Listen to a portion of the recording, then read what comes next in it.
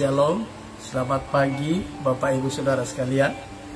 Selamat kita berjumpa kembali dalam acara Renungan SOS. Puji Tuhan, mengawali renungan ini kita satu di dalam doa. Bapa di surga, Bapa yang kami sembah dalam nama Yesus, segala puji, syukur, hormat, dan kemuliaan layak kami persembahkan hanya bagimu, sebab betapa baiknya Engkau Tuhan. Sepanjang malam yang kami sudah lewati, kami merasakan dan menikmati pemeliharaan Tuhan, perlindungan Tuhan yang indah di dalam kehidupan kami. Kami mengalami petiduran yang nyenyak. Terlebih Tuhan, pagi yang indah ini Engkau boleh bangunkan kami dengan keadaan roh, jiwa, dan tubuh yang diberkati daripadamu. Terima kasih Bapa, terima kasih Tuhan. Bapa, sebelum kami menjalani seluruh aktivitas kami di sepanjang hari ini, kami akan mendengarkan renungan firman-Mu, dan biarlah kiranya Roh Kudus menolong kami, memberikan kami kemampuan untuk menangkap pesan-pesan Tuhan melalui renungan yang indah di pagi hari ini. Terima kasih Bapa, di dalam berkat nama Yesus Tuhan dan Allah kami mau mendengarkan renungan-Mu. Haleluya, haleluya. Amin. Bapak Ibu Saudara sekalian,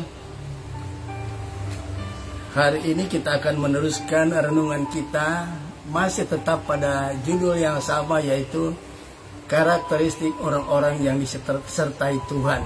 Ya. Pagi yang indah ini kita masuk pada bagian yang ke-13 yang terdapat di dalam kitab Kejadian pasal 39 ayat 19 sampai 23. Demikian bunyi firman Tuhan. Baru saja didengar oleh tuannya perkataan yang diceritakan istrinya kepadanya, begini begitulah aku diperlakukan oleh hambamu itu. Maka bangkitlah amarahnya. Ya, perhatikan ayat 20. Lalu Yusuf ditangkap oleh tuannya dan dimasukkan ke dalam penjara, tempat tahanan raja dikurung. Demikianlah Yusuf dipenjarakan di sana. Ayat 21. Tetapi Tuhan menyertai Yusuf dan melimpahkan kasih setianya kepadanya, dan membuat Yusuf kesayangan bagi kepala penjara itu.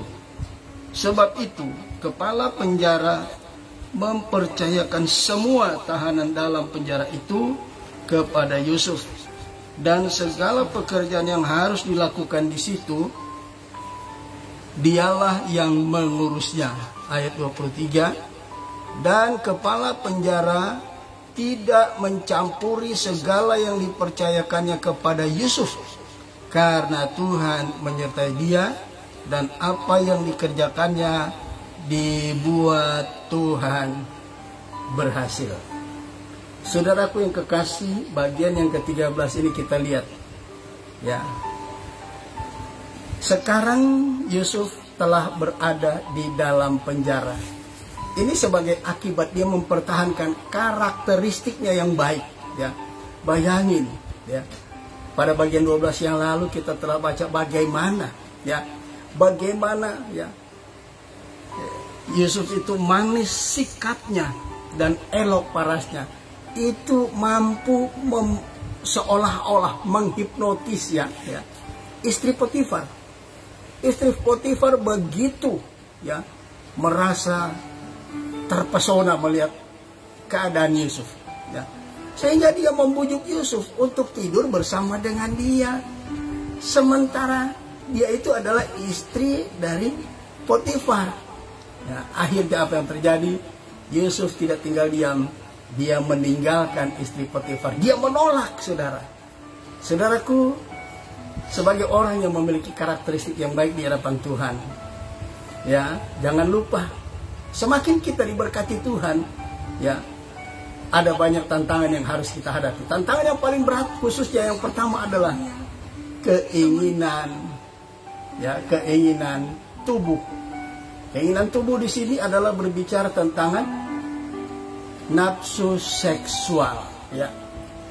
Akhir zaman ini dosa percabulan, dosa perselingkuhan itu banyak, ya, menggugurkan keluarga anak Tuhan, ya, bisa memiliki suatu pilihan lain, ya, will dan pill, ya. Tidak cukup sampai di situ, ada banyak hamba Tuhan berguguran karena pengaruh dosa seksual. Dosa percabulan, perselingkuhan begitu tinggi, saudara. Sehingga kalau kita bisa melihat, ya, angka perceraian, ya, angka perpecahan keluarga, termasuk gembala-gembala sidang hamba Tuhan, dikarenakan karena, ya, pengaruh kuasa dosa percabulan ini, dosa perselingkuhan. Sampai ada sinetron yang berjudul apa? Orang ketiga. Saudara, hati-hati. Apapun tantangan yang datang, jangan sampai menggoyahkan, mempengaruhi, ya, karakteristik yang kita miliki. Kita lihat di sini. Di ayat yang ke-20, Yusuf diceritakan, Yusuf ditangkap oleh tuannya atau Potifar, lalu dimasukkan ke dalam penjara, ya.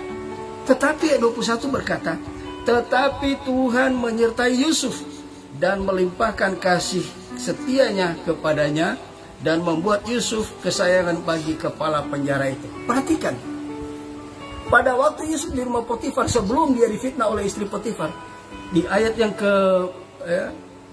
ketiga di sini, ayat pasal 39 berkata, setelah dilihat oleh tuannya bahwa Yusuf disertai Tuhan dan bahwa Tuhan membuat berhasil segala sesuatu yang dikerjakannya. Perhatikan ayat yang keempat, maka Yusuf mendapat kasih tuannya, ya, dia dikasihi, disayangi oleh tuannya. Tetapi sebagai akibat fitnahan, dia dimasukkan ke dalam penjara. Tetapi kita lihat di dalam ayat yang ke-20, lalu Yusuf ditangkap, kemudian dimasukkan ke dalam penjara, ya, tempat di mana tahanan-tahanan raja dikurung, ya. Demikianlah Yusuf dipenjarakan di sana. Tetapi ayat 21 berkata, Tuhan menyertai Yusuf dan melimpahkan kasih setianya kepadanya, ya. Kasih setia Tuhan menyertai orang percaya dimanapun orang percaya itu berada. Kemudian dikatakan, ya, dan membuat Yusuf kesayangan bagi kepala penjara. Di rumah Potifar, dia menjadi kesayangan dari Potifar, sehingga apa yang terjadi? Ya, statusnya sebagai budak akhirnya apa? Menjadi juru kunci urusan rumah tangga Potifar. Ketika di dalam penjara, dia mendapatkan kasih sayang daripada kepala penjara. Nah, kepala penjara ini adalah rutan, ya, kalau zaman sekarang, ya, rutan, rumah tahanan negara. Jadi tahanan-tahanan di sana adalah petinggi-petinggi negara, saudara. Ya, entah dia polisi mungkin, ya, entah dia tentara dan sebagainya. Itu pejabat-pejabat tinggi negara, ya. Kepala urusan rumah tangga, ya. Di sana adalah rumah tahanan negara. Kemudian ayat 23, ya. Sebab itu kepala penjara mempercayakan semua tahanan dalam penjara itu kepada Yusuf, dan segala pekerjaan yang harus dilakukan di situ dialah yang mengurusnya. Di rumah Potifar dia mendapatkan promosi dari Tuhan. Yusuf menjadi kepala urusan rumah tangga Potifar. Di dalam penjara, aneh, tidak ajaib. Itulah kalau orang, ya, memiliki karakter yang baik yang disertai Tuhan, dimanapun dia memperoleh promosi dari Tuhan. Di rumah Potifar menjadi kepala urusan rumah tangga Potifar, ya. Di penjara dia menjadi kepala urusan rumah tangga, rumah tahanan negara, ya. Bukan cuma itu, saudara, ya. Di sini dikatakan, dan segala pekerjaan yang harus dilakukan di situ dialah yang mengurusnya. Sampai pejabat-pejabat tinggi kerajaan pada waktu itu di bawah kekuasaan daripada Yusuf. Aneh kan? Aneh bagi manusia, mustahil bagi manusia. Siapa Yusuf? Dari seorang penggembala kambing domba menjadi kepala urusan rumah tahanan negara pada masa itu. Lihat, bagi Tuhan tidak ada yang mustahil untuk mempromosikan orang percaya dimanapun dia berada. Perhatikan ayat yang ke-23, dan kepala penjara tidak mencampuri segala yang dipercayakannya kepada Yusuf, karena Tuhan menyertai dia. Saudaraku yang kekasih, kita lihat promosi demi promosi Tuhan berikan kepada orang yang memiliki karakteristik yang baik seperti Yusuf. Ya, itu sebabnya mari kita di hari-hari ini, saudara, di akhir zaman ini, kejahatan semakin bertambah-tambah. Tetapi jangan sampai karakteristik orang percaya digoncangkan, dipengaruhi, ya, digugurkan oleh kejahatan yang ada. Tapi mari kita, kalau kita disertai Tuhan, tetap andalkan Tuhan. Ya perlu tuh, saudara. Ya, mau ada pemilihan kepala apalah namanya, ya. Ya, jangan takut. Kecurangan-kecurangan yang akan terjadi mungkin, ya, orang bisa fitnah. Tetapi kalau Tuhan menyertai orang yang memiliki karakteristik yang baik, ingat, jika Tuhan di pihak kita, tidak ada yang bisa menggoncangkan kita, tidak ada yang bisa menggoyahkan kita, dan tidak ada yang membuat kita gugur atau jatuh dari iman kepada Tuhan. Haleluya, puji Tuhan. Saudaraku yang kekasih, sebagai orang yang percaya, tetap andalkan Tuhan. Puji Tuhan. Nah, kita baca dulu referensinya. 1 Petrus 2 ayat 19 sampai 21. Ya, sebagai referensi, ya. Supaya kita sebagai orang yang memiliki karakteristik yang baik, tampilkan siapa yang kita percayai, siapa yang kita andalkan dalam hidup ini, ya. Perhatikan 1 Petrus 2 ayat 19 mulai. Sebab adalah kasih karunia jika seorang karena sadar akan kehendak Allah menanggung penderitaan yang tidak harus ia tanggung. Apapun yang kita alami, saudara jangan takut, ya. Dengan segala sesuatu misalnya yang terjadi dalam organisasi kita, dalam perusahaan kita, dalam pekerjaan kita, kita jangan takut, ya. Kalau kita berada dalam posisi yang benar, jangan takut yang namanya apa? Ancaman. Penjara sekalipun tidak bisa menghalangi kehadiran Tuhan menyertai orang-orang yang memiliki karakteristik yang baik. Amin. Ayat 20 berkata, sebab dapatkah disebut pujian jikalau kamu menderita pukulan karena kamu berbuat dosa? Tetapi jika kamu memiliki kata berbuat baik itu, saudara ganti dengan sebab. Tetapi jika kamu memiliki karakteristik yang baik, dan karena karakteristik yang baik yang kita memiliki itu kita harus menderita, maka itu adalah kasih karunia daripada Allah. Itu kasih karunia, saudara. Kita masuk penjara, kita mau mendapat hukuman apa? Itu bukan tulah, itu bukan sebagai akibat perbuatan jahat kita, tetapi sebagai akibat kita memiliki karakteristik yang baik. Ya, ayat 21. Sebab, nah sini firman Allah ingatkan, jika kita jatuh ke dalam berbagai pencobaan, ingat, itu adalah kasih karunia Tuhan. Kita diizinkan mengalami pengalaman menyakitkan bagi daging. Nama baik kita seolah-olah tercoreng, ya. Tetapi ingat ayat 21 berkata, sebab untuk itulah kamu dipanggil, ya. Kita dipanggil untuk apa? Ternyata rela menderita bagi Tuhan juga. Haleluya, ya. Kemudian dikatakan, sebab untuk itulah kamu dipanggil, karena Kristus pun telah menderita untuk kamu, ya. Saudaraku, siapa kita kalau kita masuk penjara? Siapa kita dibanding Yesus? Yesus yang tanpa dosa bukan di penjara. Penjara sih ringan, enteng banget. Tapi dia rela menderita, bahkan mati, menghembuskan nafas terakhir. Darahnya tercurah ke bumi demi menebus saudara saya. Apalagi kita. Kita memang orang-orang yang berdosa, hanya dibenarkan oleh kasih karunia Yesus Kristus. Haleluya. Sebab kasih karunia dikatakan sebagai 2 kali tadi, ya. Kemudian dikatakan, ya saya baca lagi dari awal. Sebab untuk itulah kamu dipanggil. Untuk apa? Ya.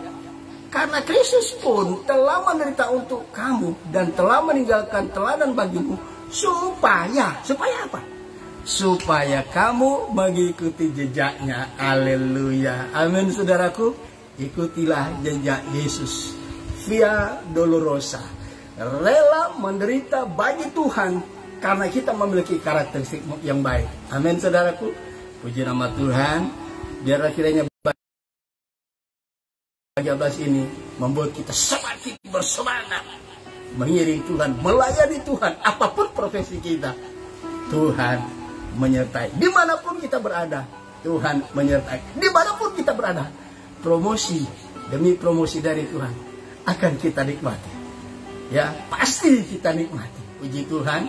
Tuhan Yesus memberkati. Kita berdoa mengakhiri renungan kita pada bagian yang ke-13 pagi yang indah ini. Bapa di surga, kami mengucap syukur oleh kemurahan.